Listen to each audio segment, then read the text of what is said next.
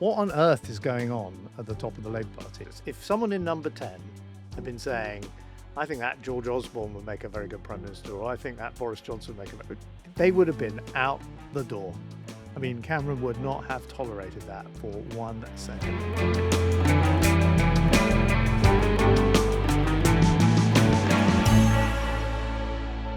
Listen, we've got to talk about UNGA. That's the big gathering in New York, the annual gathering for the General Assembly of the United Nations, where Britain, among other countries, recognised Palestine, the Palestinian state, and Donald Trump once again grabbed all the headlines. So we're going to be having a look at this week in New York.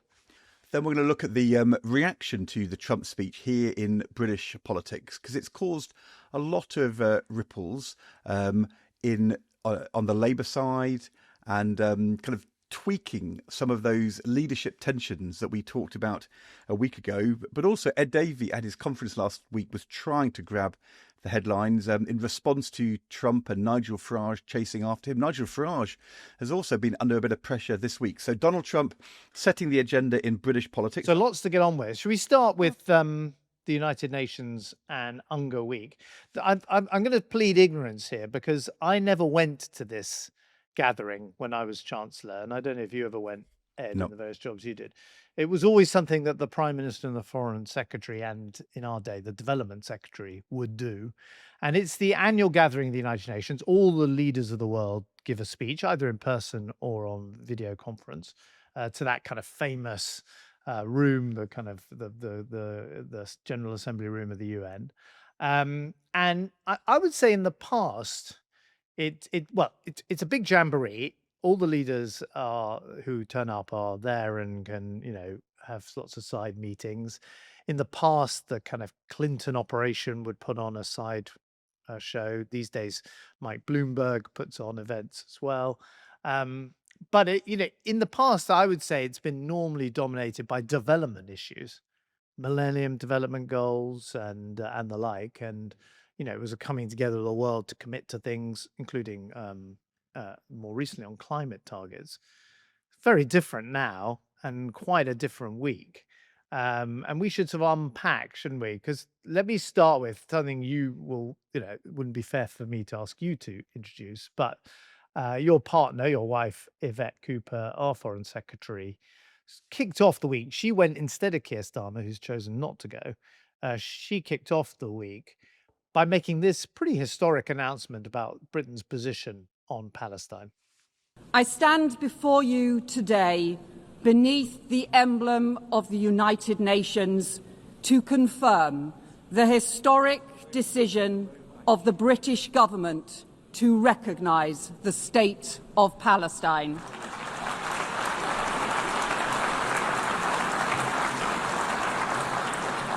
This step, alongside friends and partners, reflects a long-standing truth that statehood is the inalienable right of the Palestinian people and that two states is the only path to security and lasting peace for Israelis and Palestinians alike. I imagine, we'll get on to the substance of it, but I imagine for Yvette personally, that must have been quite a moment. I remember there was a gathering in the United Nations Security Council, which is that other famous room with the kind of circular table, which I attended as Chancellor, and I couldn't help, and I was by then, I'd been Chancellor for a few years, given lots of budgets and things like that.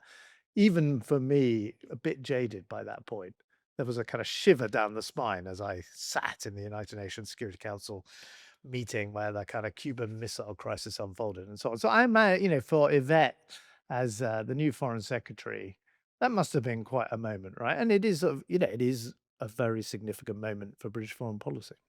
It's also a sign that we've come a long way. I mean, of course, on one level, it's logical that if you champion the two-state solution, then of course there have to be two states, and therefore you have to at some point recognise Palestine as a state. But we've never been at that point before in the UK. Most other countries have recognised Palestine as a state, but the Americans were always opposed. The argument was it's the wrong time.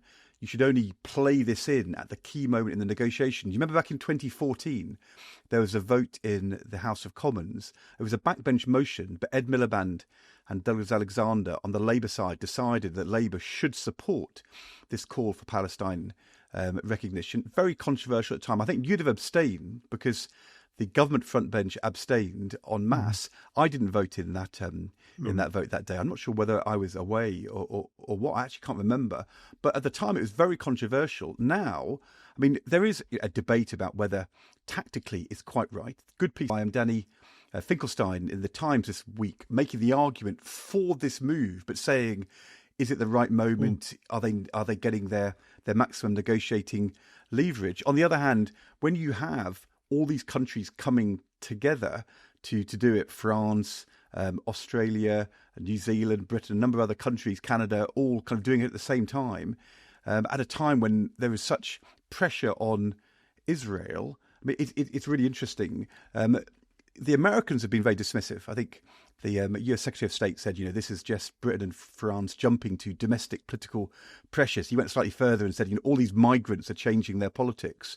Clearly saying that for domestic political consumption in America. On the other hand, last week, when Donald Trump was at the press conference with Keir Starmer, he didn't choose to make a big deal of this. And I guess the question is it a gesture? Is it inward looking? Or will it actually lead to something bigger? Is it a moment? Is this a time where there could be momentum in the wider peace process? I don't know the answer to that. But some of the criticism is, why would you do this in order to put leverage on Hamas? Surely that strengthens their position. The counter-argument is this isn't actually about Hamas. This is about the other countries, the Arab League, who all are saying now Hamas is not part of the solution. Is there something which can come out of this, which is significant? I don't know, but this could be a moment which gets forgotten. It could be a moment which starts something, and one of those moments where time will tell. I mean, I couldn't help but feel it was a bit more of a whimper than a bang.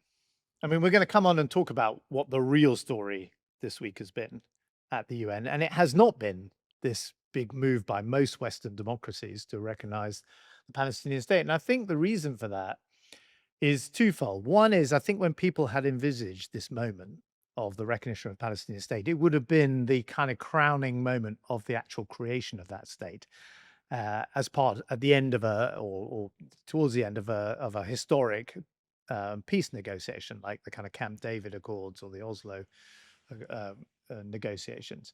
And so this would have been the kind of icing on the cake, the kind of, moment of celebration when there at the UN, the Palestinian state is recognized. When, of course, the truth is the opposite right now. A Palestinian state has never been further away in my lifetime than it is right now. Are you sure? Yes, I think so. Because I think... Are you sure? I mean, I think it depends whether Hamas stays in control. But there's no evidence that they are, losing control. And I would say, the two key countries that are required to recognize a Palestinian state, Israel and the United States of America, have both come off a position they were on just a couple of years ago of seeing a two-state solution as something that they formally supported and wanted to see. Now, you could argue not really, and maybe they didn't do anything to make it happen, although historically, of course, it was the Palestinian leadership who turned down the two-state offer when it was made by previous Israeli governments. But, Israel now, or at least the current Netanyahu government, explicitly says, we're not in favor of a two-state solution. And the President of the United States says he's not. So, I think the only counter I'd put to that is the American, we're going to move on to talk about something else in the same vein. The American president says things, sure, and then sometimes ends up saying something quite different soon after. At the moment, Hamas is massively weakened. The Arab League is now talking about a post-Hamas solution. The Israeli government is trying to be strong, but actually still hugely vulnerable politically within Israel, as well as isolated internationally. And the question is, how long does American patience last? And are they looking for a different path? And I don't know that we know the answer to that. I'm just not so sure that it's So I mean, look, Look, I hope you're right. everything would teach us some history that it's all going to run into the sand, and therefore, if you would say probabilistically, was this a big moment? You'd say no, definitely not. But I'm not sure if you are right to look at Israel and the Israel-American relationship and say that's strong at the moment. No, but I think it's hard to say. Certainly, the way people envisaged a two-state coming about, which was negotiations probably hosted by the Americans between the Israelis and the Palestinian leadership, leading to a general consensus that this was now the answer, and then a big UN agreement. That feels like, we literally got the Israeli army fighting in Gaza City right now, condemned by most of the world, and indeed, of course, powerful forces within Israel and Israeli politics, most notably the chief of staff who's actually carrying out the operation, who expressed his concerns, and former Israeli prime ministers. And then in terms of kind of Palestinian, in some ways, it's an exposure of the weakness of everyone other than the United States in this conversation. And I'll give you the best example of that. In all previous years, the leader of the Palestinian Authority on the West Bank, Mahmoud Abbas, has come to the United Nations and given a speech. And he is having to do it by video link because Donald Trump won't let him into the country because this meeting happens in New York. And so on the very moment when the Palestinian state is recognized, in which this man would presumably at the moment be the most likely person to be president of, he can't get a visa to get into the United States because the American president won't let him in. So it just felt to me like not, a sort of acknowledgement of failure rather than a big step towards peace. And I hope I'm wrong. Look, I absolutely, of course, hope I'm wrong. Unless it's a precursor to a shift. And the second significant thing which happened this week was again, very unexpected shift in the Trump position. This was, I think, done through Twitter, but at a time when Zelensky was at the UN to address, the assembly, suddenly Donald Trump kind of boldly shifts position on the question of Ukraine, saying that he's now very frustrated with Putin, appearing to give the green light for NATO to take action against Russian planes going into Estonian or wider NATO airspace, and suggesting that maybe Ukraine now should be aiming to get back to their previous territorial borders, when a few months ago it looked like Donald Trump was trying to do the deal to give Putin the land he's taken from Ukraine. I mean, a very, very big shift in the American position, maybe, but then maybe not. Don't you just feel with Trump on foreign policy, it's so wild and uncertain. You never quite know what's in his mind or what is going to be in his mind next. And when you see these signals, it's very easy to look at the Palestine thing and the Abbas visa and say, this means one thing, but actually could be a precursor to something else. And who knows what is going on in his mind about Putin and Zelensky. I think the main thing going on in his mind at the moment is why the escalator at the United Nations headquarters stopped working the moment he stepped on it with his wife. That is the thing that the American late night comedians are all having a go at. And his teleprompter also broke down at the UN. So any love he had for the UN, which I suspect was pretty limited, is presumably evaporated, as there's a suggestion that his visit there was sort of deliberately sabotaged. I think that was on his way in to make his speech, wasn't it? And he's supposed to make a 15-minute speech. Everybody has a time restriction. I think this UN event is a bit like a party conference where you have the speaker on the platform and people come in to hear some speeches and go out again. There's a huge fringe happening around it and lots of meetings and bilaterals and drinks going on. But you're supposed to speak for 15 minutes or a red light flashes on. I think Donald Trump did an hour. Yeah. Just on the Ukraine, let me just say,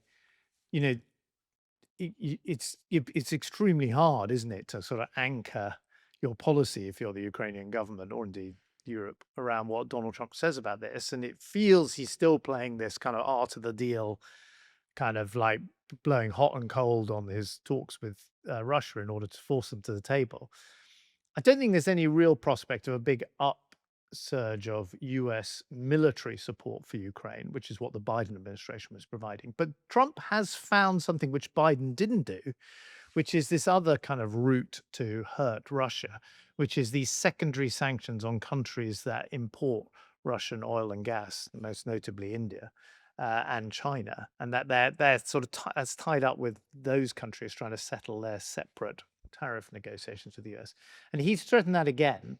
And he also, appeared to back any NATO action to stop stray, if they are stray or deliberately stray, Russian drones over NATO airspace in places like Poland. So, it was significant, but as you say, does it last? But if I'd said to you, Ed, when we were talking about this last week, that actually the real story from the UN would have been the safety of paracetamol and whether it causes autism, or that Donald Trump would have used that platform of the United Nations General Assembly not to attack the axis of evil as previous American presidents have done, or to talk up the benefits of development in the developing world, but instead to lay into European liberalism and the twin monsters, to use his language, of the climate con, again to use his language, and mass immigration. We might have maybe we could have anticipated that he would return to that kind of theme of bashing up his allies, although he's gone rather quiet on it in recent months. I don't think Tylenol was high on our list of things that might come up at the Younger Week, was it? No. We ought to play a clip of his speech because it's astonishing. I love Europe. I love the people of Europe. And I hate to see it being devastated by energy and immigration. This double-tailed monster destroys everything in its wake, and they cannot let that happen any longer. I look at London, where you have a terrible mayor, terrible, terrible mayor, and it's been so changed, so changed. Now they want to go to Sharia law, but you're in a different country. You can't do that. Both the immigration and their suicidal energy ideas will be the death of Western Europe if something is not done immediately. It was such a wild speech, and we're going to talk about the reaction to it in a moment. But in the room, back in 2017, if you remember when Donald Trump last addressed the UN Assembly, people openly laughed at one of the things he said. I think it was about North Korea, and there was no laughter this time around. And I guess it's a different kind of Trump administration second time around, where whether you're talking about American media companies, ABC, Jimmy Kimmel, or countries around the world, if people slight the president, he directly retaliates with the level of tariffs or wider kind of diplomatic or economic attacks on them. So there's all these people in the room thinking, I'm here to represent my country, and the UN General Assembly. Maybe laughing at the president on behalf of my nation isn't quite the right thing to do in this moment. So they all, it was a rather short applause at the end, but they took it in silence this time around. It reminds me of one of my favourite jokes by Bob Monkhouse. Remember the great Bob Monkhouse? It was a big feature of television in my childhood. And he has this joke. People used to laugh at me when I said I wanted to be a comedian. Well, they're not laughing now. So, look, what doesn't it also just... there were two things to end on this. I mean, first of all, Trump does tap into domestic debates we have in this country and across Europe about the high price of energy. Right, that's the kind of attack on climate, and are we pricing ourselves out of heavy industry and car manufacturing and all that kind of thing? And second, of course, the immigration debate, which is obsessing all the British political parties at the moment, including those, including the centre-left government, the Labour government. So, I think he spots the kind of weak point and goes for it, and often goes for it in an over-the-top way, but it will resonate, and there'll be people listening to that in Britain, because it was quite widely broadcast in Britain and on social media, who go, yeah, well, he's kind of got a point.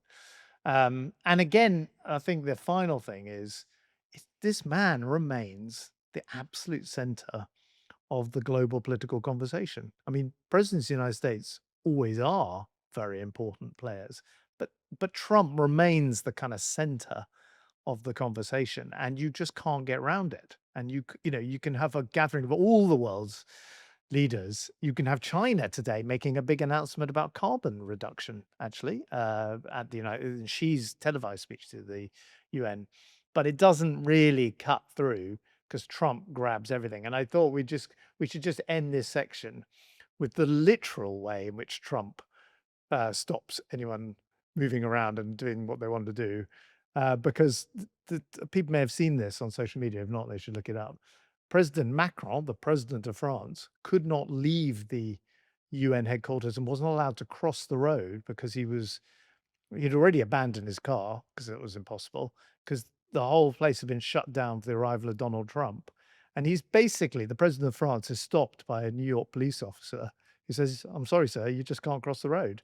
And in the end, President Macron kind of turns to phoning Donald Trump up personally on his mobile phone in front of cameras that are following him.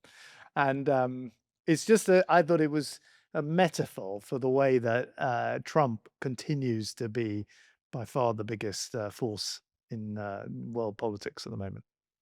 Who's this? How many people? No, I have 10 people with me.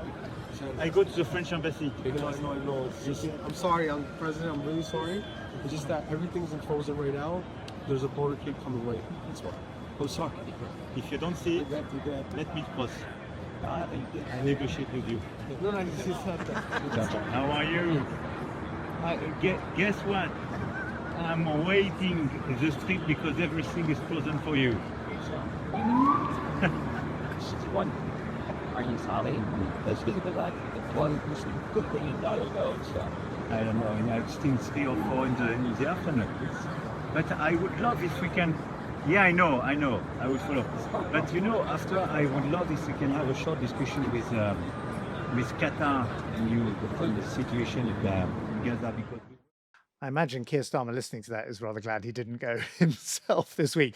But that Trump performance at the UN has had a big impact here on British politics, on the Liberal Democrat conference, on Nigel Farage, but also on the Labour Party. And of course, there are lots of things going on in Labour as they approach their conference. And we're going to turn to that next.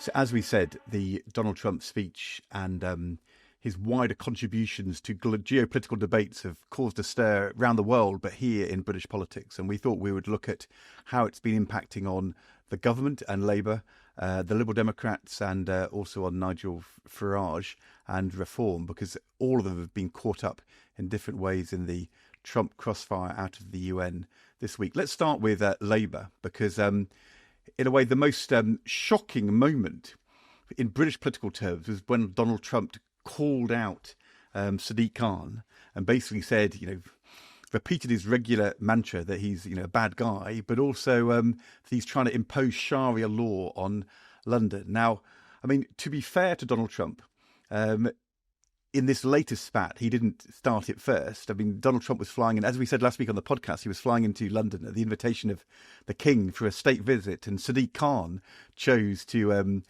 go on the attack against Donald Trump on his arrival. You can imagine Donald Trump being rather upset about that. He decided to retaliate. Sadiq Khan's spokesman said, "We are not going to dignify his appalling and bigoted comments with a response." But that line lasted less than 24 hours before Sadiq Khan decided to dignify his comments with a response, saying on a bus promotion event yesterday, "I think President Trump has shown he's racist, sexist, misogynist and Islamophobic." And so, yeah, I think that is a responts. The more significant thing I thought, I mean, though, presumably, was, you and I both know Sadiq. And I actually have a lot of time for him. I know lots of Conservatives don't, but I've always got on very well with him. And certainly speaking with my British Museum hat, he's a very good interlocutor as Mayor of London. But he'll love this, isn't it? I mean, he's like elevated onto the world stage. He's literally singled out in the President of the United States speech at the UN. And he goes toe-to-toe with Donald Trump. I mean, there's not much downside from Sadiq's point of view. And I suspect there's quite a lot of people in the Labour Party who are saying, yeah, well, why isn't Keir Starmer and why aren't the Cabinet saying this kind of thing? well, and that I think is what is interesting, because there wasn't a big response from Keir Starmer to these comments about Sadiq Khan. But the Cabinet Minister who did step in was Wes Streeting. who was quickly out on Twitter. Sadiq Khan is not trying to impose Sharia law on London. This is a mayor who marches with pride, who stands up for difference of background and opinion, who's focused on improving our transport, our air, our streets, our safety, our choices and chances. Wes Streeting, the health secretary, who was also very critical of what Donald Trump said about Tylenol and the idea that taking that paracetamol-based drug is dangerous in pregnancy. I mean, he went out of his way to get involved this week with Streeting, I think, by the way, rightly on the health issues and rightly on Sadiq Khan. But what is going on here? What's going on here is a week ago we were talking about Andy Burnham and his strike for the Labour leadership. Andy Burnham has been accelerating all week. A New Statesman profile, now an interview in the Daily Telegraph. He's taking the fight to Keir Starmer. I'm being told by Westminster they want me as their leader. Sadiq Khan, the London mayor, is thinking, why is this Manchester mayor getting all this publicity? So he's out there doing something very popular in the Labour Party, which Keir Starmer's not doing, having a go at Donald Trump. Wes Streeting, I would think, probably raising a lot of eyebrows in number 10 by going out there, choosing to go out there on the attack against Donald Trump, a break from the strategy of a week ago. And then this morning we have in The Spectator, piece by Tim Shipman, front page of The Spectator, profile. He did of, get that job at The Spectator. Where did we hear about that first? I think we got him the job because we did references to him live on our podcast. He's now out there with a profile of Shabana Mahmood, the tormentor, in which the piece basically quotes very senior number 10 aides. I don't know if that is Morgan McSweeney, the chief of staff, although, of course, we all know he's very close to Tim Shipman. This very senior number 10 aide saying Shabana is the one. In fact, she's now eclipsed Wes Streeting as the favoured candidate of the centre. I think they say one of them's got balls and the other is a man. And so there we are. It's all been kicking off. Donald Trump has been stirring up all this Labour leadership speculation and everybody's jumping in and getting their oar in. Okay, but come on, this is where I've got to interrogate you a bit. So what on earth is going on at the top of the Labour Party? I mean, they only got elected a year ago. They've got a Prime Minister who's got a majority of almost 200. You have Downing Street aides openly speculating with journalists about who is going to be the next Labour leader, when, as far as I can see, they've got a leader. And all this kind of like, we'll come on to Andy Burnham in a moment, but like Shabana Mahmood, Wes Streeting, look, he's the health secretary. He absolutely has a job in going out there and speaking the truth about paracetamol. And you could potentially argue he's a London MP, so maybe he should say something about the Mayor of London. But I agree with you that I'm sure he had in his mind that this wouldn't go down too badly with the Labour Party faithful. Shabana Mahmood, I think, by the way, both Wes and Shabana are big fans of this podcast. So we should, hopefully they're listening to this conversation right now. But they've both come up to me before and said how much they enjoy it. She's the new, it thing, in politics, the new big rising star in the cabinet. Tough job as Home Secretary to stay on top, but we'll see how she does. Why is Downing Street allowing all this speculation to take place among the cabinet? And separately, what on earth should they be doing about Andy Burnham? They're obviously not they are in control, they should be nominally at least in control of members of the cabinet who they choose to put there and they can choose to remove, or the Prime Minister can choose to remove. Andy Burnham is a different kettle of fish. Mayor of Manchester for the last 10 years, very much the kind of king in the north in kind of Labour mythology. And I know, again, you and I know Andy very well. I mean, he's not going out of his way, is he, to dampen down speculation? He's on the eve of the Labour. I think he is going out of his way to build up and provoke massive speculation. But the standard response. It's not subtle. No, the standard response to this kind of thing would be, I'm not interested in leadership. I'm right behind Keir. I'm only interested in doing the right thing for the people of Manchester. Whereas instead, he's doing the exact opposite, which is he's saying, well, actually, yeah, quite a lot of people are coming up to me and asking me whether I want to be the leader. And, I think the Labour Party is in a real mess and it's a terrible atmosphere and Labour MPs feel put upon and the fault is Downing Street. I mean, these are his words. These aren't like people close to Burnham. And, to choose on the eve of the Labour conference, when you're not the cabinet, you're the mayor of Manchester, to do your interview in the Daily Telegraph. I mean, that is very deliberate from Andy. And I was wondering whether he has not drawn a lesson from Boris Johnson when he was mayor of London, who used to cause us a huge amount of trouble at the party conference. In the build-up to the party conference, he'd have a speech there, so you could not have the mayor of London give a speech. But that day of the conference was always dominated by Boris Johnson. Whatever else you did that day, it was always the Tuesday in our case of our conference. And people say, well, is it going to work? Isn't he just going to be kind of get a reputation for being impossible and a troublemaker and disloyal? But of course, what it did was it made him front and center, essentially the kind of alternative to the Cameroons, which he ultimately turned out to be when he was elected as prime minister by the or leader of the Tory party by the Tories.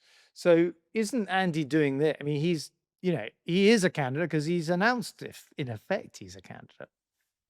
He has, although I mean, this is it's a complex path. I mean, there are a number of questions in your to me there. So let me take them in turn. What should Downing Street be doing?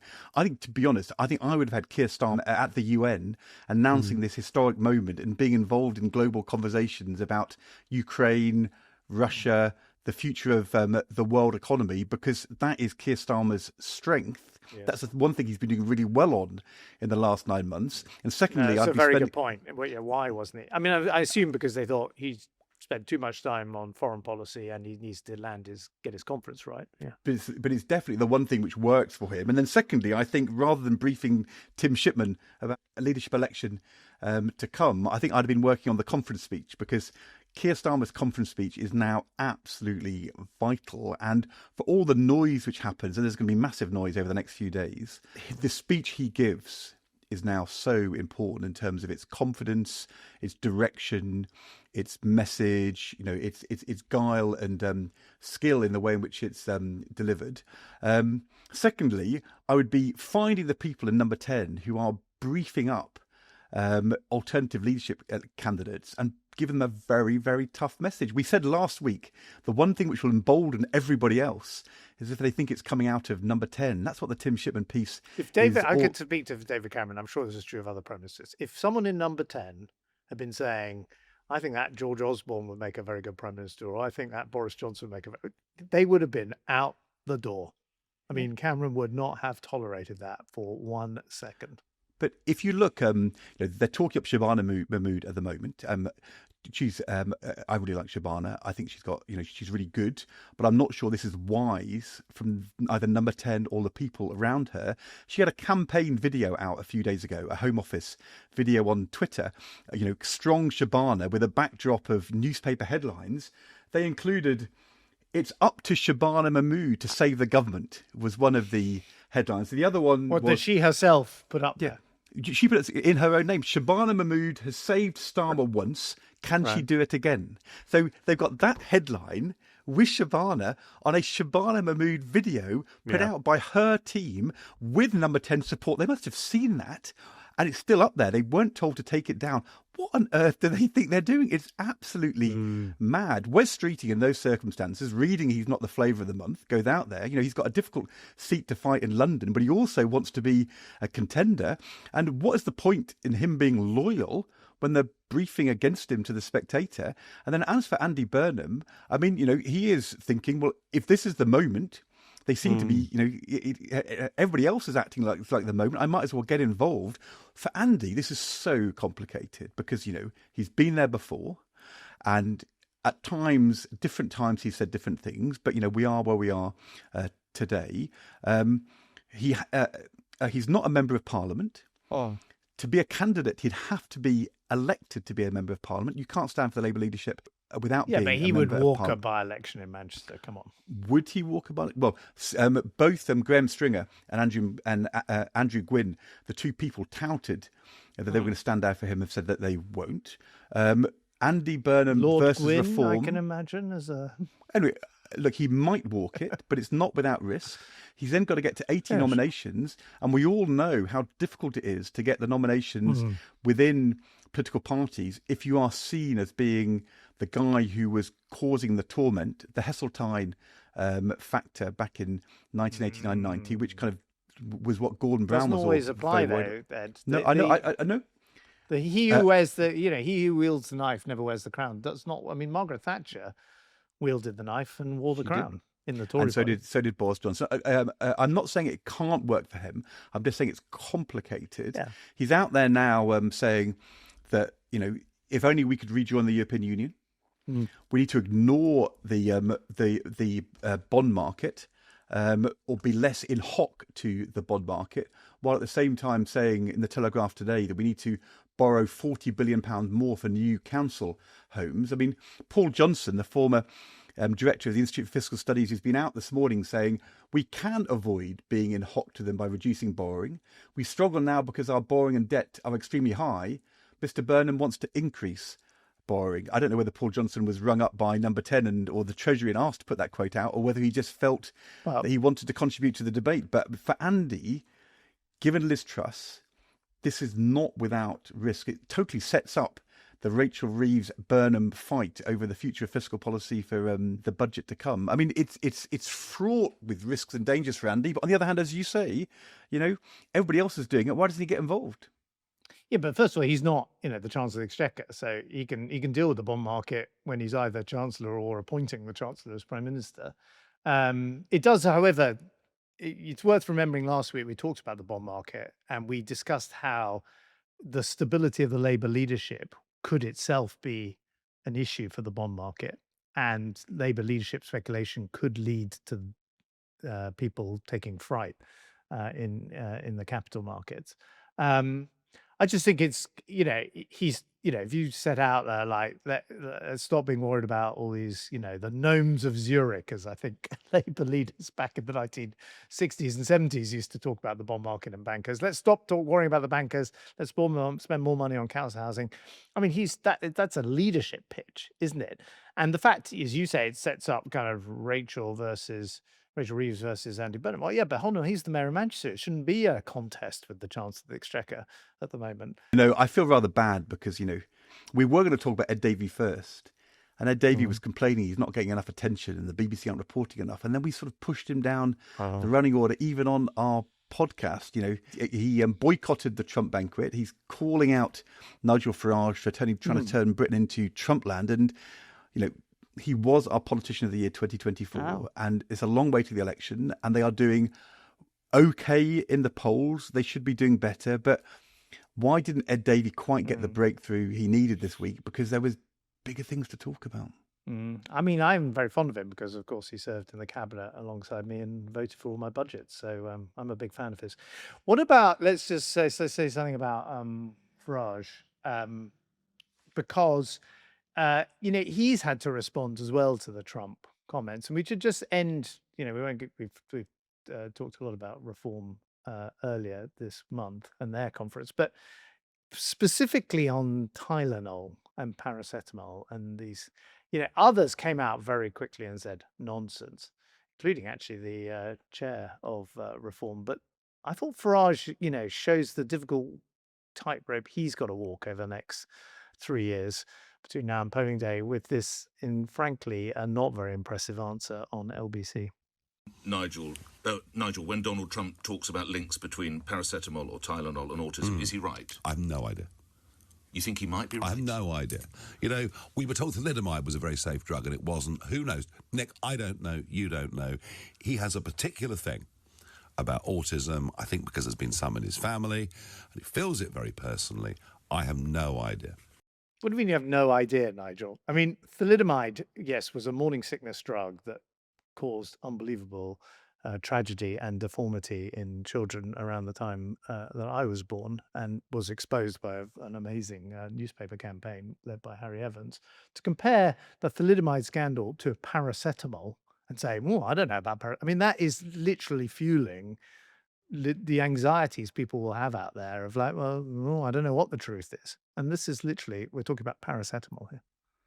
It is shocking, actually, because in politics, you have a responsibility because people listen to what you say and take it seriously. And I think to every serious scientist and medical expert has been saying this week, there is no link between taking of Tylenol or paracetamol and autism, and the idea that you should frighten pregnant mums in this way. I mean, as Wes Streeting said, you should ignore what Donald Trump says.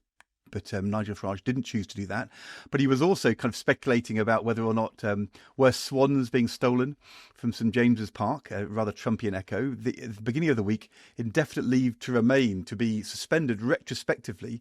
People who've been given the right to live in our country, been granted that stepping stone to citizenship, suddenly being told, it could be your neighbour, your friend, the parents of the kids your kids go to school with, suddenly finding out that what they thought was from the government a certainty about their life has been taken away. I mean, hugely controversial and difficult. But I think there is a point here about Nigel Farage, which isn't only that he's experiencing what it's like to be judged not as the outsider, but also as a potential prime minister. And suddenly what he says about all these things matters a lot more, because people think, well, what does that actually mean in practice? But also he's under pressure. I mean, if you go back to the massive demonstrations in London the weekend before last, which we talked about, who were the heroes amongst the demonstrators of those demonstrations? Who made the big speeches? I mean, it was Elon Musk, it was Rupert Lowe, it was Tommy Robinson. It wasn't Nigel Farage. As Nigel Farage tries to move slightly towards, electability, he's now hugely under attack from the base, which he's always relied upon for support, from people saying, well, is he serious?